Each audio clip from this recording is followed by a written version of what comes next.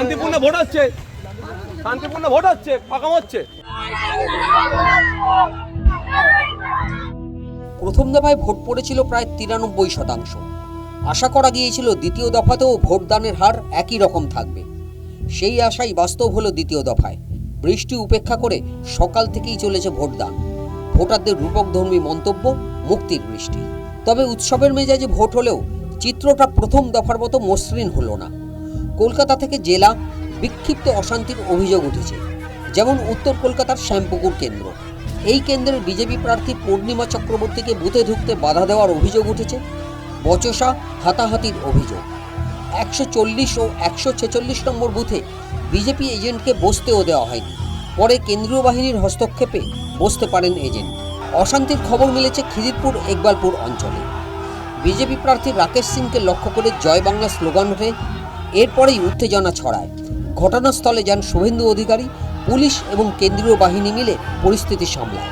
বরাহনগরের 32 নম্বর ওয়ার্ডে শিবচন্দ্র সার্বভৌমমান বুনিয়াদী শিক্ষালয় ভোট চলাকালীন বিএলওর অনুপস্থিতির অভিযোগে সরব হলেন বিজেপি প্রার্থী সজল ঘোষ।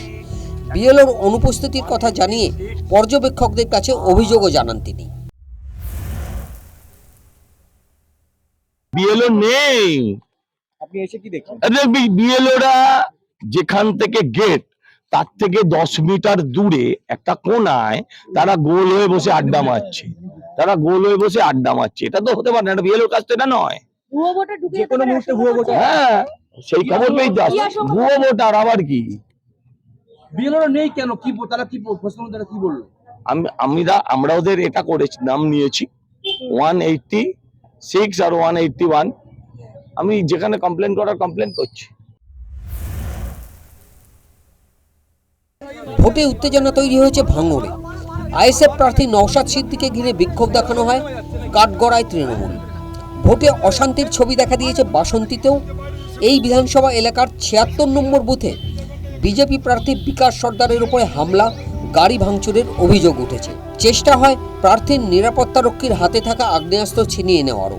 পুলিশ ও কেন্দ্রীয় বাহিনীর জওয়ানদের লক্ষ্য করে জয় বাংলা স্লোগান দেওয়ার অভিযোগ উঠেছে তৃণমূলের বিরুদ্ধে। ক্যানিং পূর্বের 149 এবং 160 নম্বর বুথে আইএসএফের এজেন্ট বসতে না দেওয়ার অভিযোগ উঠেছে। আইএসএফ প্রার্থী আরাবুল ইসলাম গিয়ে এজেন্টকে বসান। পূর্ব বর্ধমানের আউসগ্রামে গ্যারাইতে 9, 10, 11 নম্বর বুথে সাধারণ ভোটারদের ওপর লাঠিচার্জের অভিযোগ উঠেছে। ঘটনাচক্রে কেন্দ্রীয় বাহিনীর অতি সক্রিয়তার বিরুদ্ধে সরব হয়েছেন মুখ্যমন্ত্রী মমতা বন্দ্যোপাধ্যায়।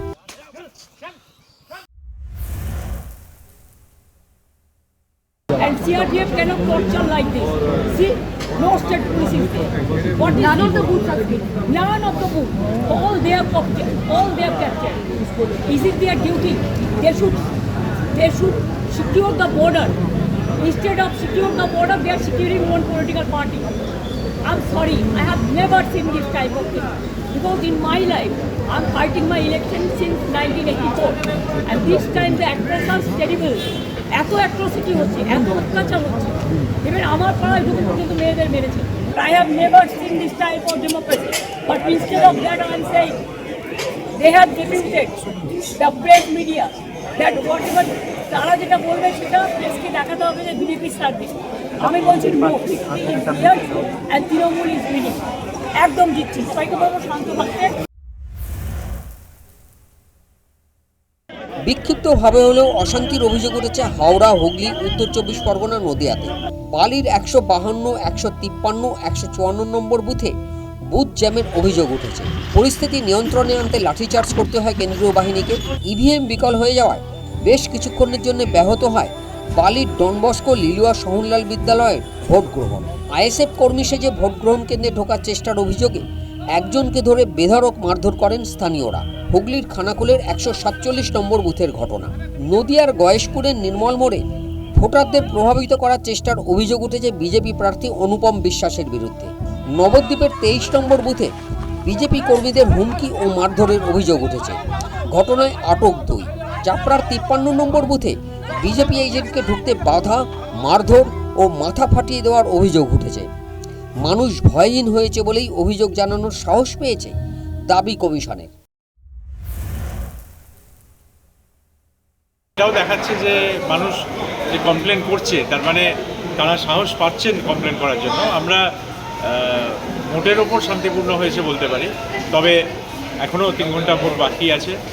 আর অন্য অনেক জায়গায় কিছু কিছু জায়গায় অভিযোগও এসছে যে ভোটার ব্যালট ইউনিটে কোনো রকম ট্যাম্পারিং করা হয়েছে ইত্যাদি। সেগুলো আমরা পরীক্ষা করে দেখছি।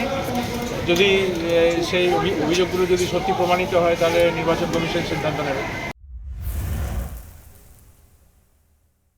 বৈশাখের প্রবল গরম থেকে মুক্তি দিয়ে স্বস্তির বৃষ্টিতে ভিজেছে দ্বিতীয় দফার ভোট।